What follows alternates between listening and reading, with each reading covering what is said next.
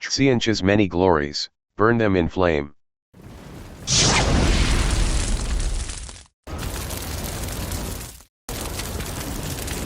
Let 'em burn!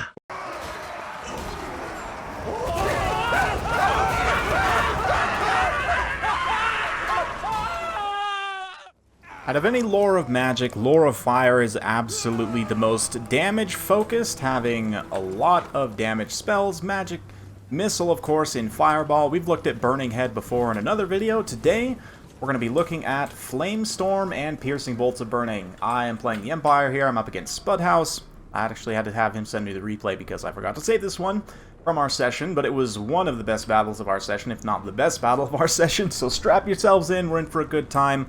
Yeah, I've got an Empire Archlector leading the way. We've got a bunch of Spearmen here, some Flagellants, Great Swords, just the Silver Bullets, and some Grenade Launchers, a couple of tasteful Pistoliers as well, so pretty light on Cavalry, a lot of Infantry here. We're going for kind of an Infantry buff-based build with the Archlector and Warrior Priest. Opposite me, for Spudhouse here, Chaos Sorcerer, Lord of Fire, Lord on Foot, very cheap option. Or a Caster Lord has Flamestorm and Flaming Sword of Ruin. Hell Cannon, of course, which is going to be great against the build I have.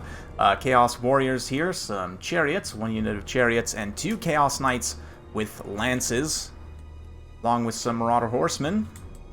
But we're going to get started with some fun. I'm immediately going to put my Firecaster in Tactical Reserve. Definitely, totally, absolutely not forgetting about him at all. Definitely not. Yeah, Tactical Reserve for sure, so we'll ignore him for now and just talk about the rest of the army as it approaches. Yeah, the Hell Cannon doing some good damage on the Great Swords, but back to Lore of Fire in general. So you've got these damage spells, and all of them, as long as you take Kindle Flame, which you basically always should, get a little bit of a damage buff, right? And Flamestorm going to be called up here to kind of disrupt my advance. I can try and dodge it somewhat. It is going to roll over those Spearmen, chew off a couple models there. I'm going to pull these Flagellants back, pull the Great Swords back, so with enough time to react, you can definitely react. But Flamestorm is one of those spells that it lasts a long time. It's the longest lasting vortex, I believe, by a long mile, and especially if you overcast it, it literally lasts for like 2 minutes, I want to say, something crazy. So you do have to be pretty active in trying to not get killed by it, depending on the path it takes. Vortexes are a lot of RNG, but Flamestorm, I guess, just because it lasts for such a long time, and it is very damaging. Probably my single favorite. Another little proc of Kindle Flame there on the Flaming Sword of Ruin as the Chaos Knights charge through. Already my Great Swords are suffering pretty badly, but we're going to start to pop some buffs here. I'm a little late on the timing and a little off position as well, but the Chaos Knights definitely making some problems. We'll try and keep the Halberds in reserve. These Halberds sitting in reserve, getting whittled away by Marauder Horsemen. Dropping some more Holy Fire from the sky. I guess not Holy Fire, Light, or whatever, but anyway, another set of buffs rolling in here. You can see the Flagellants cleaning Marauders very effectively.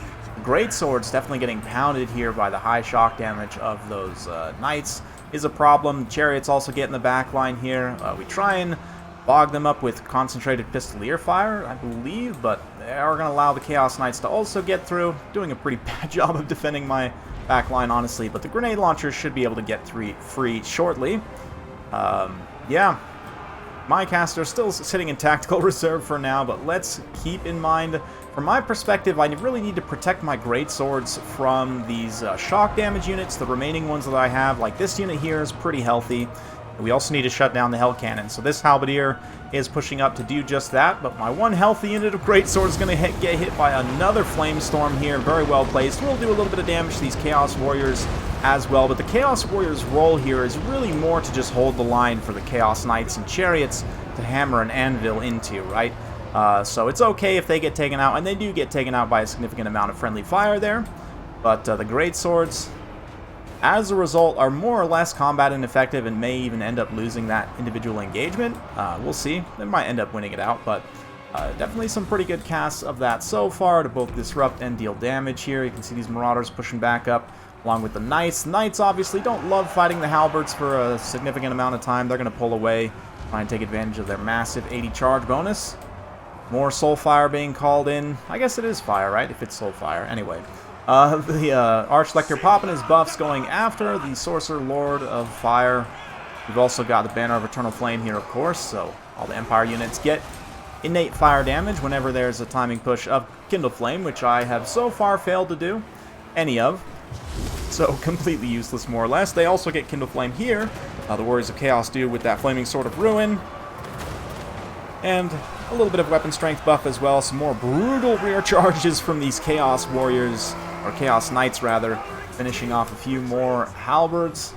You have this tattered unit of greatswords. I actually did end up winning that engagement, but trying to get up here. We did shut down the Hell Cannon finally, mostly cleaning up in the back line here. The Pistoliers and grenade launchers actually having to be a little aggressive, chasing the chariots in melee with spearmen.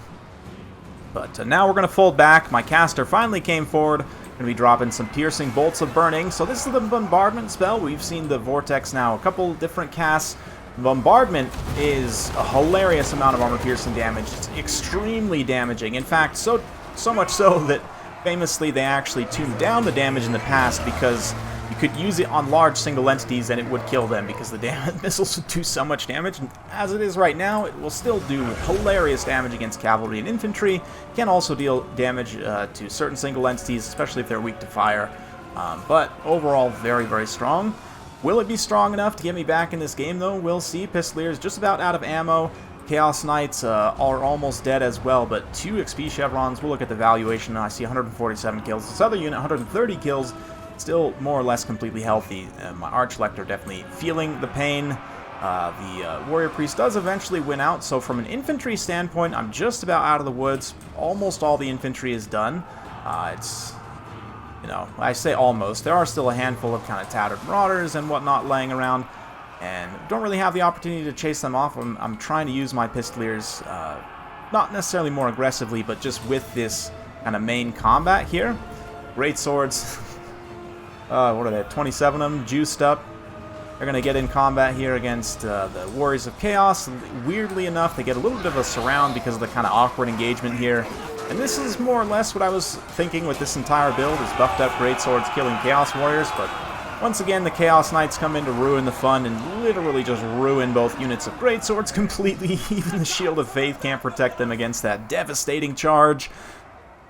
And just like that, the greatswords are gone. Chaos Warriors pulled slightly ahead on the balance of power, but I've still got my Pistoliers. As long as I've still got a handful of Pistoliers and some spears, I'm pretty happy. Caster's also still online, reasonably healthy. I'm going to drop another Soulfire here, and try and drop another Piercing Bolts of Burning, but I believe this is a complete miss. Yeah, just whiffed 100% on that. So, definitely got to be careful of using up too much Winds of Magic at this point. I'm going to try and conserve more so from now on, and only use that Piercing Bolts of Burning on blobs. But Spudhouse doing a great job keeping these Chaos Knights online. They do eventually, the Pistoliers catch up with them, and then the Spears can also catch up and try and get some hits in. Chaos Sorcerer's got to be a little careful, though. If I go 2v1 on him with the Archlector and the Bright Wizard, it could turn out badly for him. But instead, I'm just going to come forward with the Archlector and kind of expose him needlessly to a potential charge here. Especially the Marauders come in, they kind of interrupt the Spearmen, right? All these other Warriors and stuff coming in. The Spearmen have to just kind of hold. This other Spearman has to also be thrown in. Warrior Priest gets charged and routes. It does manage to get a Soulfire off and a Hammer of Sigmar, but yeah, all of a sudden my Archlector is getting isolated. The Pistoliers, I'm not really sure what they're doing, to be honest. Definitely just not anything useful. Got some Empire Spearmen still chasing some Marauder Horsemen way out in the boonies there. A few more Halberds coming back from route. Another misplaced Piercing Bolts. Definitely needed to be right on the Archlector rather than on this kind of tattered unit over here, but that's fine. Chaos Knights finishing off those Halberds as they were unbraced. The Sorcerer Lord, only 118 HP. We'll see. He may not end up coming back, but my Lord also gets routed here by those Chaos Warriors, so we're going to come in and screen with the Pistoliers. Try and get my caster in a position to get one last cast. If I can get like one good Piercing Bolts of Burning, I think, with like almost all of his units in there, Might be able to pull this back. We'll see. We're going to charge in with the Pistoliers. I've just about got the Winds of Magic I need to cast it. So I want to be able to get my Archlector back as well to potentially come in for some late game buffs. But the Chaos Knights have their ideas. They're just going to bypass this pocket. Don't quite have the Winds of Magic I need, and the Pistoliers can't continue to hold. So I'm going to pull away. But the Chaos Sorcerer Lord, yeah, the Balance Power even coming back towards even a little bit more for me. And the Archlector making a stand. I decide, you know what, let's just sacrifice him in a Blaze of Glory. Spudhouse very wisely avoiding the full impact of that Blaze of Glory, but then getting in here. Finally it comes, the Piercing Bolts of Burning to decide the fate of Middle-earth, perhaps. Oh yeah, banner's in the way. Pro move right there. You get it though. I mean, it does end up actually shattering and breaking a number of these units here. One unit of Chaos Warriors manages to hold on for a little bit of time, but that decisively tipped the balance of power back in my favor. Look at this. Chaos Knights are not done. They are relentless.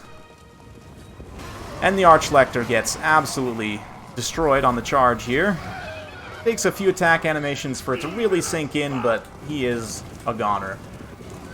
Yeah, he's gone.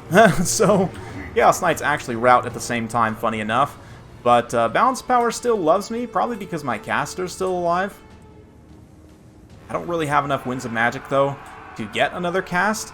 So we're just going to try and use the Pistoliers and the Bright Wizard charging various units. The Pistoliers are going to chase the Warriors of Chaos off, but no, actually they rout, unfortunately. We've just got a handful of Marauders left. I do have that one unit of Spearmen that was chasing off the Horsemen earlier coming back. They are my last salvation.